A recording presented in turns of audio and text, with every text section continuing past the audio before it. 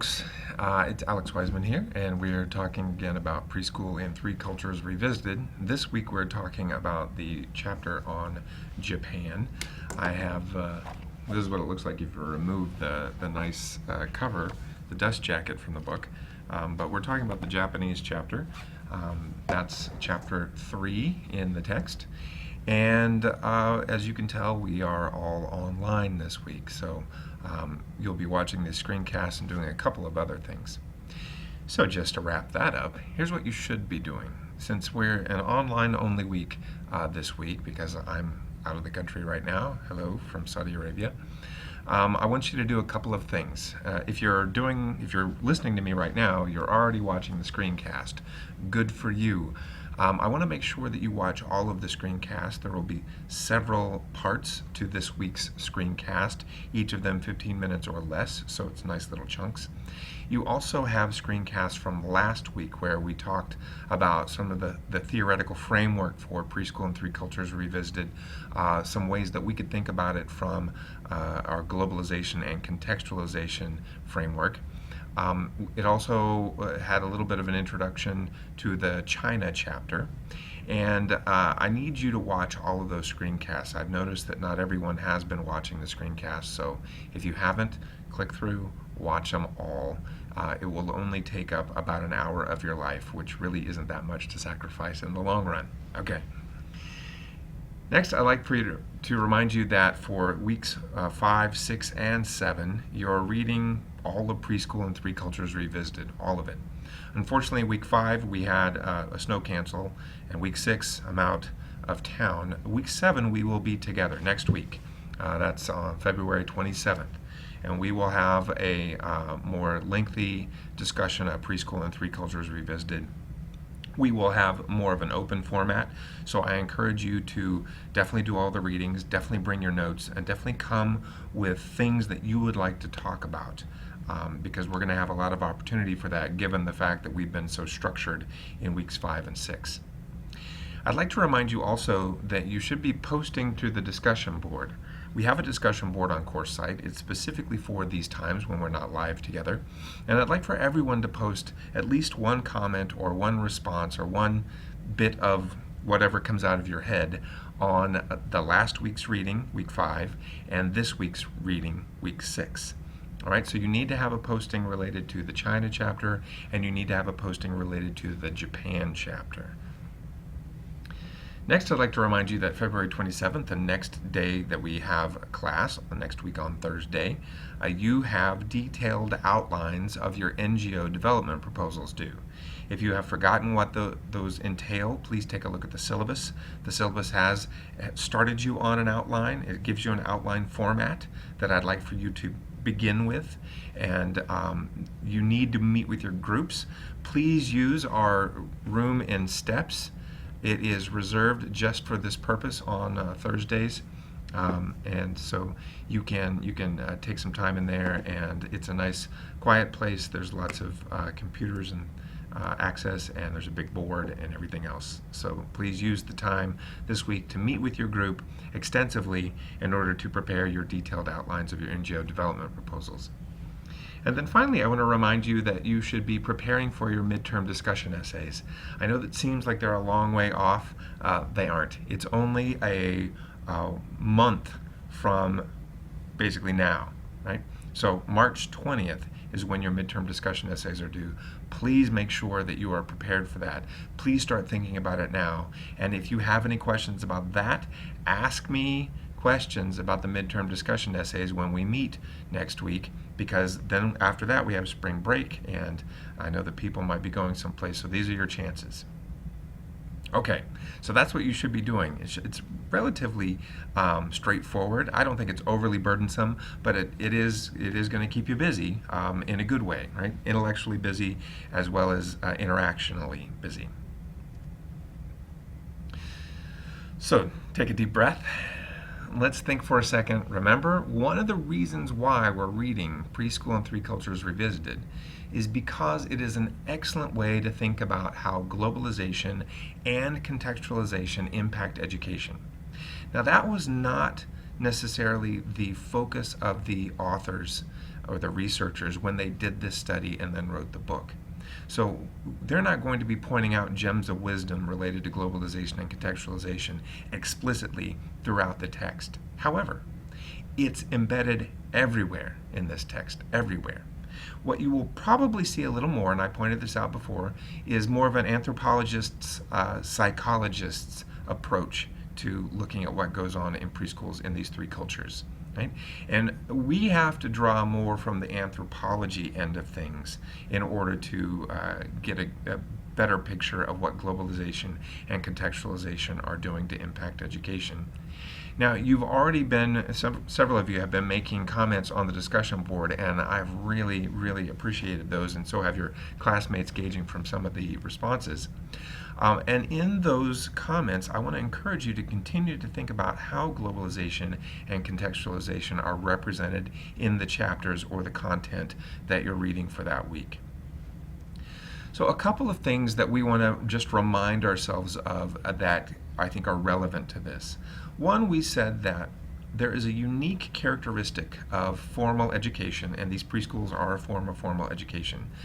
And that unique characteristic is that there has been relatively uniform worldwide educational expansion. Now, by uniform, remember, we're not saying that everything is exactly the same. Uniform does not mean homogeneous.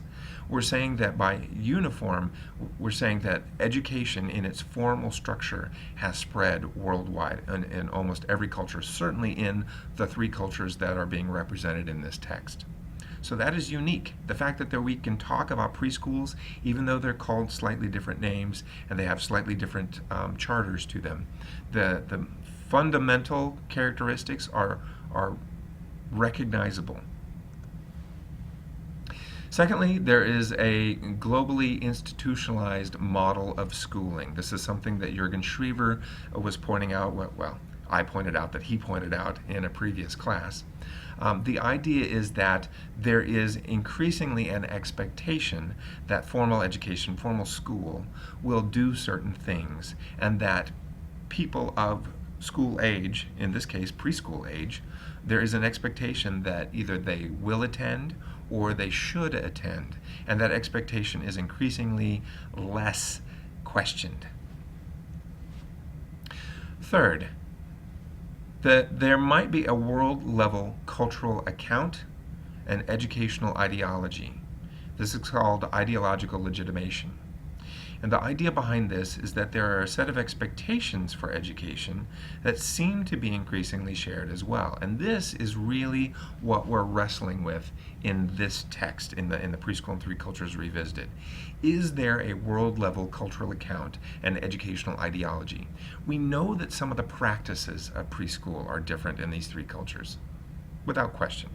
But it's the way that people think about that and why they think about that, the teachers as well as the parents and the administrators. Are there shared assumptions? And are those shared assumptions becoming more and more alike over time? Are they diverging over time? Are they staying, the same way different over time? That is one of the big questions that Tobin and his co-authors are getting at in this book. And then we have a couple more. Let me just go through these quickly because I don't think these are quite as relevant to preschool and three cultures. But remember, a global communication infrastructure legitimizing transnational actors and a global education governance community was simply saying that there are ways that we communicate about education across national boundaries. There are particular actors, those could be individuals or organizations or agencies or other sorts of collective bodies that tend to influence what happens in schools, even preschools, and that there is a governance community that has shared expectations worldwide. And let me give you just an example of that. There is an early years education association that is based in the United States. However, that early years education association provides accreditation for schools worldwide. And it has a set of standards that are used in order to do that, right? In order to act as the criteria for that accreditation. Now, whether a school is accredited or not, it is going to be influenced by this Early Years Education Association. Let me pause here. I'm going to show you their website so you know what I'm talking about. The magic of technology. Okay, I'm back. Here's the website. It is the National Association for Early. Nah, I'm going to get it wrong. It is the. What is NAY? This is the problem with.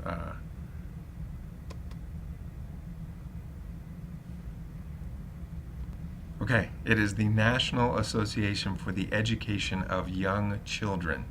Whew, I got it. Okay, so the National Association for the Education of Young Children is based in the United States, as are many of these national education organizations, or Europe. They're often based in Europe, sometimes Australia. Almost always in English-speaking countries, which is an interesting discussion all by itself. And you'll see that they do have a part here where they talk about accreditation. They accredit basically education for children from birth through age 8. And they do this all over the world. They also align with other systems, and they have these specific programs for accreditation. They'll accredit programs that train early years teachers. They are aligned with what used to be called NCAEP, is now CAEP, C-A-E-P, the Council for the Accreditation of Education Preparation. But you want to just take note that this exists, right? That this is a real thing. Now, when we look at this kind of an organization and we say, well, what does it mean then when we're talking about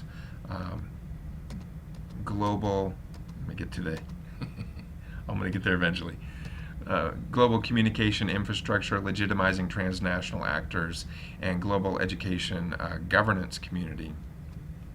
Well, the organization that I just showed you, the early years, blah, blah, blah, blah, National Association for whatever. Now see, I've already forgotten because it's off the screen. But that is the kind of organization that we're talking about here. Now, nowhere in Preschool in Three Cultures is that organization ever mentioned. And so I'm not saying that it is an overt or explicit. I'm not saying explicit. I'm not saying that it's that kind of an influence, because it's not. It is isomorphism, and in this case, it's often normative isomorphism.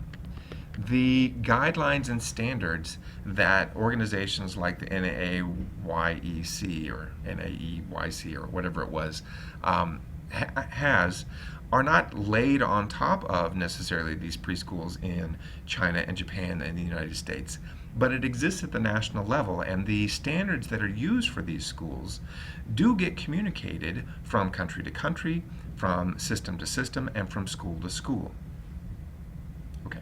And if we really wanted to do an in-depth study, we might actually be able to look at what the NAEYC, or what that organization, that Early Years Childhood Education Association, does, and then match it to what is happening in the preschools that Tobin and his colleagues looked at to see where the link was. And you could match what they say they're doing with the preschools as they were observed in 2002 versus when they were observed by Tobin and his previous colleagues in 1984, and see if there is more alignment across these different preschools with those standards in the two different time periods. Okay. So we're going to pause here, and we're actually going to get into the business of preschool before we start talking specifically about a little bit about China and then on to Japan.